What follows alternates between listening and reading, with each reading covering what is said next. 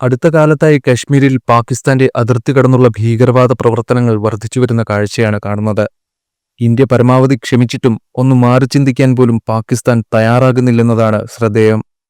എന്നാൽ ഇനിയും ക്ഷമിക്കാൻ ഇന്ത്യ തയ്യാറല്ലെന്ന നിലപാടാണ് ഇപ്പോൾ സ്വീകരിച്ചിരിക്കുന്നത്.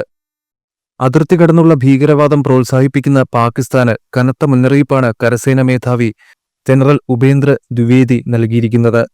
പ്രകോപനമുണ്ടാക്കിയാൽ ശക്തമായ തിരിച്ചടിയായിരിക്കും പാകിസ്ഥാൻ നേരിടുക. ഇത് പഴയ ഇന്ത്യയല്ല, പുതിയ ഇന്ത്യയാണ്. ഇക്കാര്യം പാകിസ്ഥാന് എല്ലായ്പ്പോഴും ഓർമ്മയുണ്ടായിരിക്കണമെന്നും അദ്ദേഹം പറയുകയുണ്ടായി.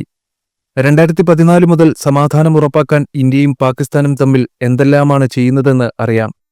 ഇന്ത്യ എല്ലായ്പ്പോഴും പറഞ്ഞ കാര്യങ്ങളിൽ ഉറച്ചു നിൽക്കുന്നു. എന്നാൽ അതേസമയം ശക്തമായ തിരിച്ചടി നൽകാനും ഇന്ത്യക്ക് കഴിയും.